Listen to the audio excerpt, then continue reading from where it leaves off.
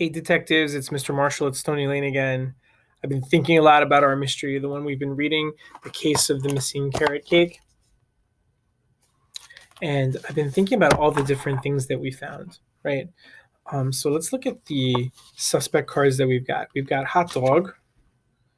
He might want to steal the carrot cake because he's got a sweet tooth, right? He likes to eat sweet stuff. And there's Porcini. He just likes to eat, the book tells us. But there's no other reason for us to believe that it was one of them. And I started thinking more about Miss Rabbit. There's a lot of evidence, there's a lot of clues about Miss Rabbit, right? She wore her pajamas and went over to Porcini's house, right? And then they found those carrots outside, right? And she's into carrots, I know, right? And she had frosting all over her whiskers and her clothes and everything in the beginning of the book. And they found those footprints that look kind of like a bunny rabbit's footprints. So I'm starting to think it might be Miss Rabbit. For some reason, she baked a cake and she wants to steal it. I don't get it. But so I'm not sure what her motive is.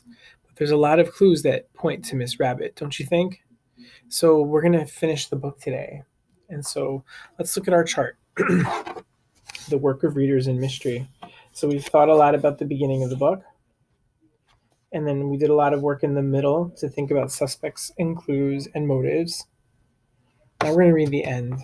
So in the end, what we're going to think about is how is the crime solved? Like, what's the solution? We start to put our clues together. We need to think about the solution of our mystery and think, were we right? So right now, I'm thinking it's Miss Rabbit. For some reason, I don't know the motive, but I think it's Miss Rabbit because we have the most clues about her, right? And sometimes it works and sometimes it doesn't when you're a mystery reader. So let's read the end of this book.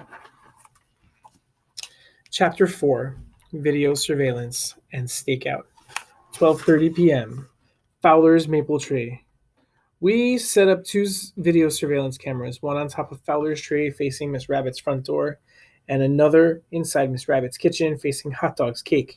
Then we waited and waited and waited. The smell of carrot cake drifted across the farm, past Fowler's maple tree, Porcini's pen, and Hot Dog's house. P.U., Fowler hooted.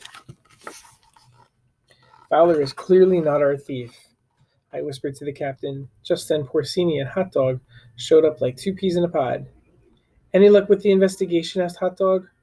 Would they be sitting here if they had the thief? Shouted Fowler from the tree above. Whoever the thief is, he's very good, Porcini observed. Or she, cried Fowler. The captain looked at his watch. Tick, tock, tick, tock. 2 hours had gone by. Nothing. 3 hours, 4 hours, 5 hours, still nothing. The clock kept ticking. Day turned to night, and night to day. Porcini, Hot Dog, and the captain and I were packed like sardines as we fell asleep at the base of Fowler's tree. Everybody snored. Everybody's stomach rumbled.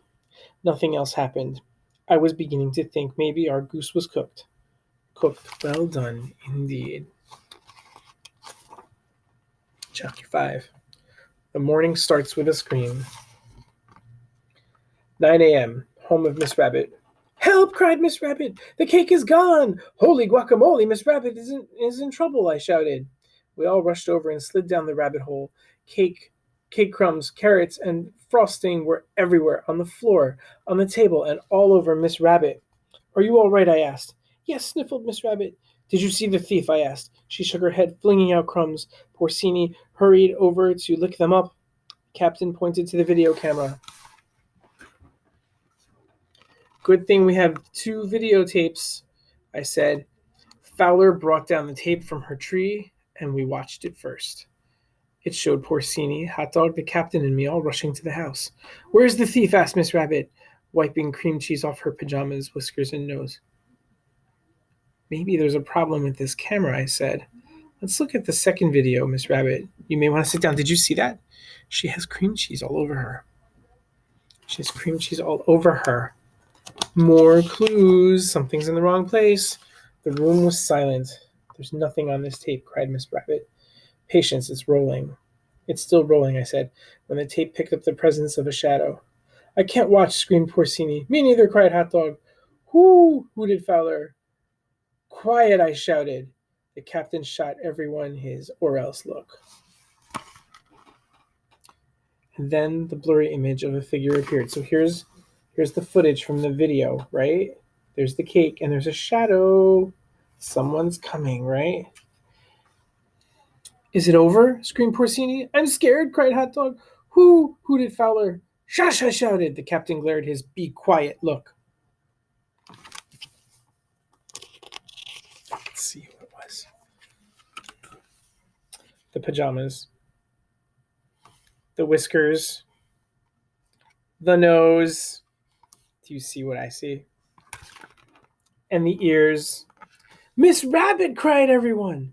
No, Miss Rabbit wailed. That can't be right. I was asleep.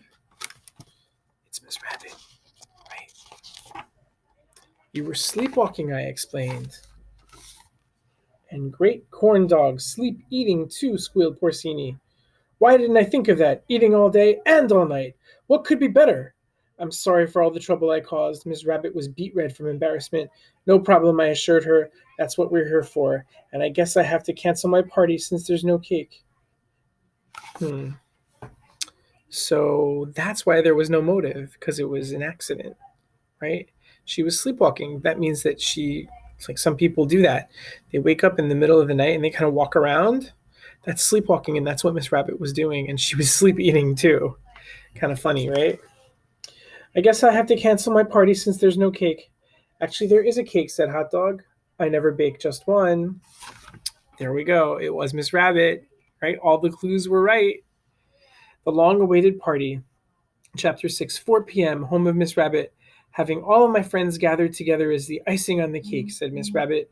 Detectives, many thanks for your hard work. Our pleasure. This case was a piece of cake, after all. I put away my notepad.